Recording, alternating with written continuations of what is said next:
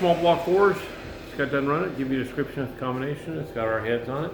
It's got the Pro-Am EFI manifold, Accufab throttle body. Terminator X, great system. It's got the GT40 front end on it. Make sure the alternator charges. Custom grind hydraulic roller. It's got the Aviaid Oil pan. Nice unit. Take you in there and show you how to ran. Alrighty, 3,500, 481 foot-pounds torque, peak torque's 518, peak horsepower 522. So everything's good. Get her off there in a crate, come your way. Have a great day.